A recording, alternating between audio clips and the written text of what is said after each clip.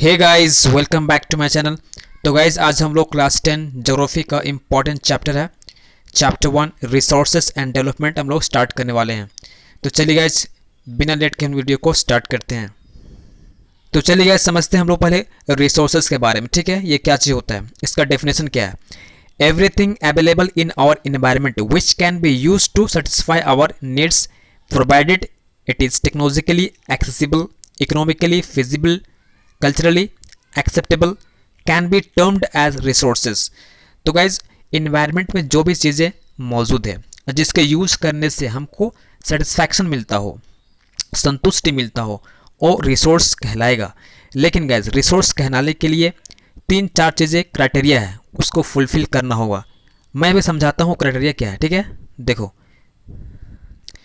तो अभी गाइज हम देखे थे डेफिनेशन में 4-5 वर्ड आया था जो कि काफ़ी इंपॉर्टेंट है। अभी समझाता हूँ मैं एक एक करके। रिसोर्सेस होने के लिए क्या होना चाहिए, सेटिस्फाई आवर नीड्स। ठीक है, वो हमारे नीड्स को सेटिस्फाई करता हो तभी हम क्या बोलेंगे, उसको रिसोर्स कहेंगे। ठीक है, नंबर 1। दूसरा है गाइज आपका प्रोवाइडेड होना चाहिए, आपके पास वो अवेलेबल होना चाहिए। ठीक है, सेकेंड।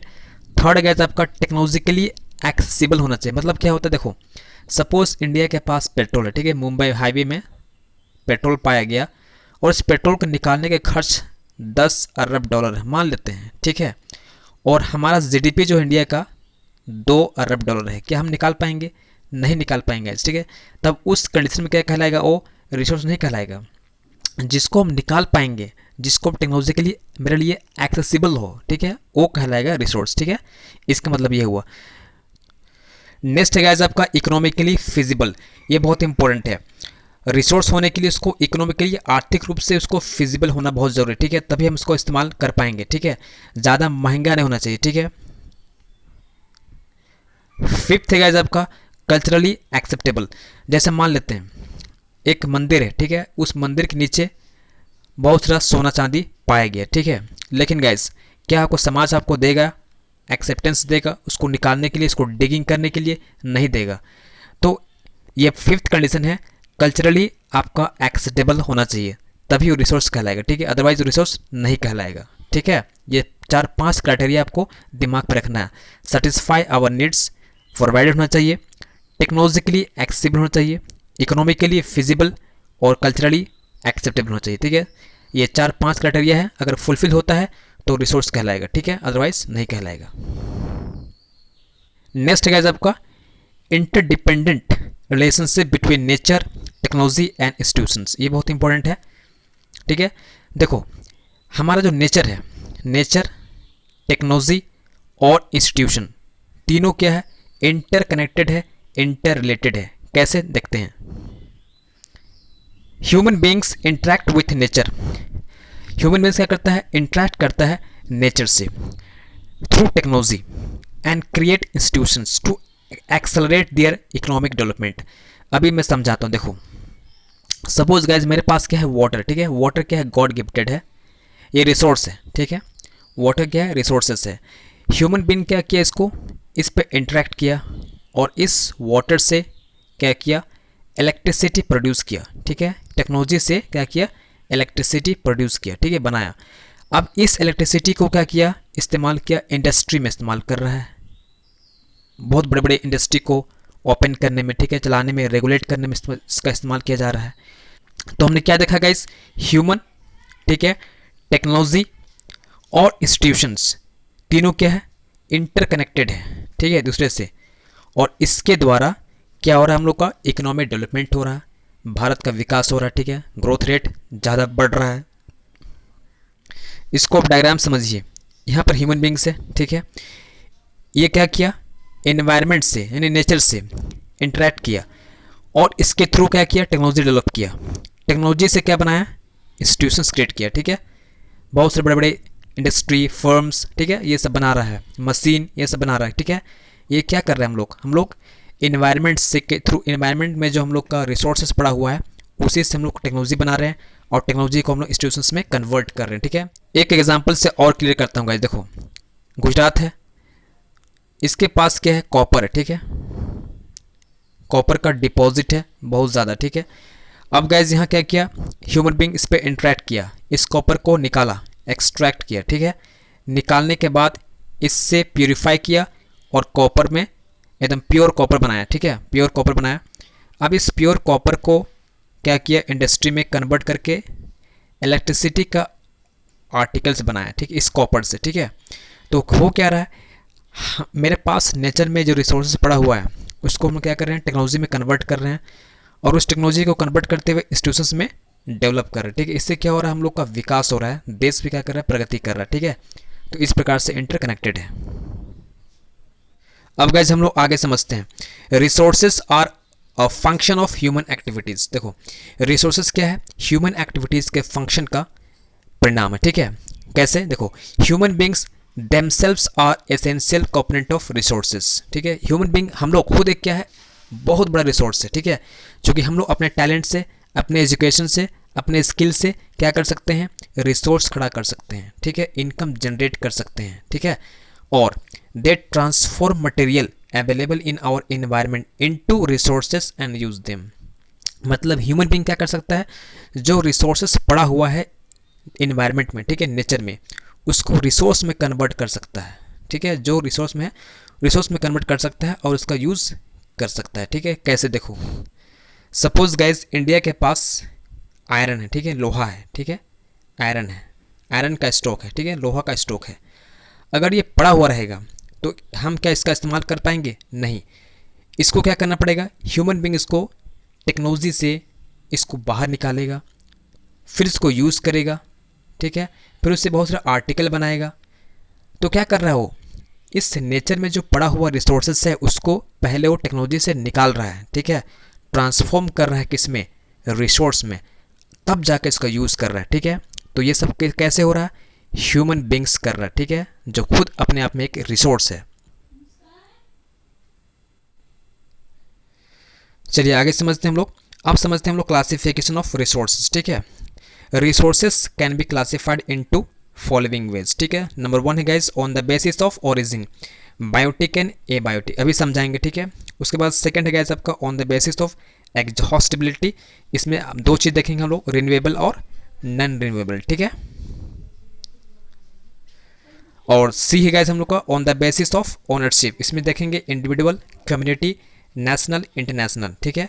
और डी है गाइज हम लोग का on the basis of status of development, ठीक है, इसमें देखेंगे पोटेंशियल, फिर developed and stock and resources, ठीक है, रिजर्व्स, ठीक है।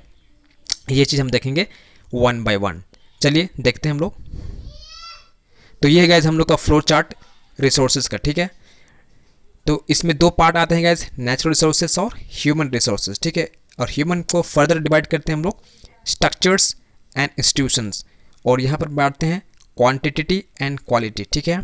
उसके बाद नेचुरल में गाइज दो चीज़ आता है आपका, रिन्यूएबल, नॉन रिन्यूएबल, ठीक है। और फिर फर्दर डिवाइड करते हैं हम लोग नॉन रिन्यूएबल को दो पार्ट में, रिसाइकलेबल और नॉन रिसाइकलेबल, ठीक है। इसमें आपका आएगा मेटल, ठीक है, रिसाइकलेबल में, और नॉन में आएगा आपका फॉसिल फ्यूल, ठीक है। उसके बाद गाइज आपका रिन्यूएबल में दो पार्ट आता है फिर से, एक आता है कॉन्टिन्यूस और एक आता है आपका बायोलॉजिकल, ठीक है। बायोलॉजिकल को फर्दर डिवाइड किया गया है दो पार्ट में, नेचुरल, वेजिटेशन और वाइल्ड लाइफ, ठीक है। तो पहला गाइज देखते हैं हम लोग on the basis of origin, ठीक है।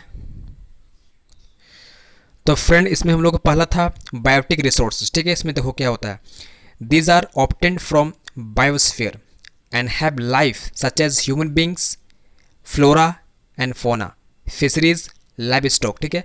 यानी गैस बायोटिक में क्या होगा, बायोटिक में और रिसोर्सेज आएंगे जिसमें लाइफ होगा, ठीक है, जैसे कि ह्यूमन बींग्स हो गया, फ्लोरा मतलब हो गया फ्लावर था, ठीक है, जितना फ्लावर हो गया आपका, फोना मतलब हो गया एनिमल, ठीक है, फिशरीज हो गया मछली, ठीक है, लाइव स्टॉक आपका जानवर, ठीक है, गाय, भैंस, बैल सब आता है, ठीक है। तो ये सब रिसोर्स क्या कहलाएगा, बायोटिक रिसोर्स कहलाएगा, ठीक है। इसमें लाइफ होगा, जिसमें लाइफ होगा इसमें जान होगा, ठीक है, लिविंग जिसमें आएगा, ठीक है। लिविंग में हम बोलेंगे बायोटिक रिसोर्सेज, ठीक है। नेक्स्ट है आपका ए बायोटिक, ठीक है, यहाँ पर छूट गया था ए बायोटिक रिसोर्सेज, ठीक है। इसमें क्या होगा, all those things which are composed of non living things, जिसमें जान नहीं होगा, ठीक है, आर कोल्ड एबायोटिक रिसोर्सेज। जैसे आपका हो गया रॉक हो गया, मेटल हो गया, ठीक है, इसमें कोई जान नहीं, ठीक है, ये सब क्या कहलाएगा, हम लोग का एबायोटिक रिसोर्स कहलाएगा, ठीक है, जो उसमें नॉन लिविंग थिंग्स मौजूद होगा, ठीक है।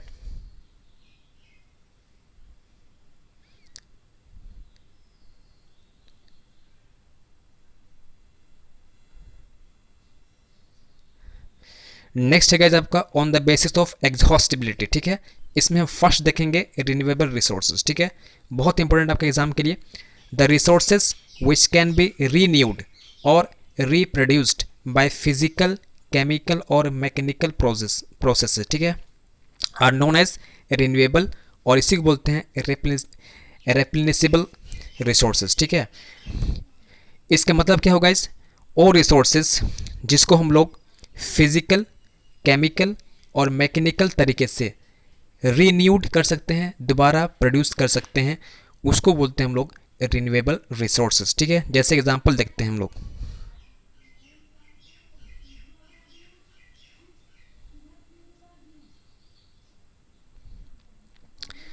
For example solar and wind energy, आप देख रहे हो सोलर एनर्जी, बार बार इसको हम क्या कर सकते हैं, यूज कर सकते हैं, प्रोड्यूस कर सकते हैं। वाटर, फॉरेस्ट, वाइल्ड लाइफ, इसको हम लगातार यूज़ करते आ रहे हैं, ठीक है, कभी ख़त्म नहीं हो रहा है, ठीक है, और कभी ख़त्म भी नहीं होगा, ठीक है, लगातार इसका साइकिल चलता रहेगा, ठीक है, सोलर का, विंड एनर्जी का, ठीक है, वाटर हो गया, फॉरेस्ट हो गया, वाइल्ड लाइफ हो गया, ये सब क्या हो गया, हम लोग का रिन्यूएबल रिसोर्स है, ठीक है, इसी को बोलते हैं रेप्लेनिसेबल रिसोर्स बोलते हैं, ठीक है। अब नेक्स्ट गाइस हम लोग का non renewable resources, this occurs over a very long geological time, minerals and fossil fuels are example of such resources. These resources take millions of years in their formation. Some of resources like metals are recyclable, some like fossil fuel cannot be recyclable and get exhausted with their use. तो guys non renewable resource को बनने में millions of years लगता है, ठीक है, उसके formation में, चूँकि जैसे मान लेते हैं कोयला, ठीक है, कोयला धरती के नीचे दबा हुआ है, ठीक है, और इसको बनने में लाखों करोड़ों वर्ष लग जाता है, ठीक है, हाई टेम्परेचर हाई प्रेशर से इसका फॉर्मेशन होता है, ठीक है। लेकिन गैस ये क्या है, हम लोग का लिमिटेड है, ठीक है, ये रिसोर्स क्या है, हम लोग का लिमिटेड है, ज़्यादा नहीं है, ठीक है, अगर इसका हम लोग यूज़ करते जाएंगे तो ये ख़त्म हो जाएगा, एग्जॉस्ट हो जाएगा फ्यूचर में, ठीक है, इसीलिए इसका बचा रखना बहुत ज़रूरी है भविष्य के लिए। अब इसी में गैस आपका आता है मिनरल, ठीक है, मिनरल भी ख़त्म हो जाएगा, ठीक है, मेटल भी ख़त्म हो जाएगा, लेकिन इसका हम क्या कर सकते हैं, रिसाइकल कर सकते हैं, दोबारा इसका यूज़ कर सकते हैं। लेकिन जो फॉसिल फ्यूल है, जैसे पेट्रोल हो गया, ठीक है, पेट्रोल हो गया, उसके बाद आपका कोयला आ गया, तो ये सब क्या है, फ्यूल है, फॉसिल फ्यूल, इसका हम लगातार यूज़ करते जाएंगे तो ख़त्म हो जाएगा, इसका स्टॉक लिमिटेड है और ये रिसाइकलेबल भी नहीं है, ठीक है, इसीलिए इसका इस्तेमाल हमको बहुत भविष्य में सोच समझ के करना पड़ेगा, ठीक है। अब नेक्स्ट है गाइस आपका on the basis of ownership, ठीक है, इसमें पहला आता है गाइस आपका इंडिविजुअल रिसोर्सेज, ठीक है, इसमें देखो क्या होता है, these are also owned privately, इसमें पहला गाइस आपका इंडिविजुअल रिसोर्सेज, ठीक है, इसमें क्या होता है, these are also owned privately by individuals, इसमें क्या होता है, एक व्यक्ति का अधिकार होता है, ठीक है, many farmers own land which is allotted to them by government against the payment of revenue. देखो आप देखे होंगे कि गवर्नमेंट ने बहुत से किसानों को अलॉटमेंट कर दिया है, ठीक है, ज़मीन को, जिसका रेवेन्यू भी कटता है, ठीक है। In villages there are people with land ownership but there are many of are landless, इसमें से बहुत कोई गांव घर में आप देखोगे बहुत से किसान के पास क्या है, ज़मीन है, ठीक है, लेकिन बहुत के पास क्या है, ज़मीन नहीं है। अर्बन पीपल ऑन प्लॉट्स, जो अर्बन पीपल है, शहरी लोग, ठीक है, उसका अपना खुद का प्लॉट है, हाउसेस है, या और अदर प्रॉपर्टी है, ठीक है, या प्लांटेशन उसका है, या पास्चर लैंड है, ठीक है, मानी चारागाह है, अपना तालाब है, अपना कुआं है, ठीक है, ये सब क्या हुआ, उसका खुद का रिसोर्स हुआ, ठीक है, इसको बोलेंगे हम लोग इंडिविजुअल रिसोर्सेस, ये सब इसका एग्जाम्पल है, ठीक है। नेक्स्ट है आपका कम्युनिटी ओन रिसोर्सेज, ठीक है, इसमें क्या होता है, these are resources which are accessible to all the members of the community. तो गैस ये वो रिसोर्सेज होते हैं जिसमें क्या होता है, जितने भी मेंबर है आपके कम्युनिटी का, सभी को इसको इस्तेमाल कर सकता है, ठीक है। जैसे आपका विलेज कॉमन्स हो गया, जैसे गांव घर में आप देखोगे ग्रेजिंग ग्राउंड होता है, चारागाह होता है, ठीक है, ब्यूरियल ग्राउंड्स होता है, कब्र होता है, ठीक है, विलेज पॉन्ड होता है। तो इसका सभी को इस्तेमाल कर सकता है, ठीक, किसी को मना नहीं कर सकते हैं। उसी प्रकार शहर में देखोगे आप पब्लिक पार्क होता है, पिकनिक स्पॉट होता है, प्ले ग्राउंड होता है, इसका भी सभी को इस्तेमाल कर सकता है जो लोग वहाँ पर रह रहा है, ठीक है। यह डी फैक्टो है, कानूनन क्या है, उसको अधिकार दिया गया है, डी फैक्टो है, ठीक है। इसीलिए जो लोग वहाँ रह रहे हैं उसका इस्तेमाल वो कर सकते हैं। अब नेक्स्ट है आपका नेशनल रिसोर्सेज, बहुत इंपॉर्टेंट है। Technically all the resources belong to the nation, जितना रिसोर्स है सब गवर्नमेंट के हाथ में है, ठीक है, लीगली है। इसलिए आप देखे होंगे the country has legal powers to acquire even private property of public goods. You might have seen in road हो गया, कैनाल हो गया, आप देखे होंगे जैसे मान ली रेल का ट्रैक बन रहा है, ठीक है, यहाँ पर ट्रैक बन रहा है सपोज, ठीक है, और आपके बीच में खेत पड़ता है, ठीक है, आपका फील्ड है, तो गवर्नमेंट क्या करेगा, इसको यहाँ से पार कर देगा, ठीक, ट्रैक को, क्योंकि उसके पास लीगल है, ठीक है, पूरा प्रॉपर्टी का राइट दिया गया है, इसलिए इसको भी इस्तेमाल कर सकता है, ठीक है। फिर देखो जैसे मान लिया यहाँ पर इसको कैनाल बनवाना, ठीक है, बड़ा सा कैनाल बनवाना है गवर्नमेंट, ठीक है, और इसके बगल में आपका घर है, हाउस है, ठीक है, ठीक है, तो इसको भी ये ब्रेक कर सकता है, तोड़ सकता है, इसके बदले में आपको कुछ पैसा देगा, मुआवजा देगा, लेकिन इसका इस्तेमाल अगर करना चाहे तो कर सकता है, ठीक है, इसका मतलब ये हुआ। अब नेक्स्ट समझते गए, देखो urban development authorities get empowered by government to acquire land. तो अर्बन डेवलपमेंट अथॉरिटी के पास क्या है, अधिकार दिया गया है कि गवर्नमेंट एक्वायर कर सकता है लैंड को, ठीक है। All the minerals, water resources, forest, wild life, land within the political boundaries and oceanic area up to 12 nautical mile, मतलब कि 19.2 kilometre from the coast termed as territorial water and resources therein belong to the nation, मतलब कि इतना range तक जितना भी आपका resources आएगा गवर्नमेंट के, ठीक है, जैसे कि वाटर रिसोर्स हो गया, मिनरल्स हो गया, फॉरेस्ट हो गया, वाइल्ड लाइफ हो गया, ठीक है, सभी नेशन का रिसोर्स कहलाएगा, ठीक है। This is the most important question बनता है आपका, ठीक है, एग्जाम के लिए। अब नेक्स्ट है हम लोग का इंटरनेशनल रिसोर्सेज, बहुत इंपॉर्टेंट है। This are international institutions. अब नेक्स्ट है हम लोग का इंटरनेशनल रिसोर्सेज, इसको समझते हैं।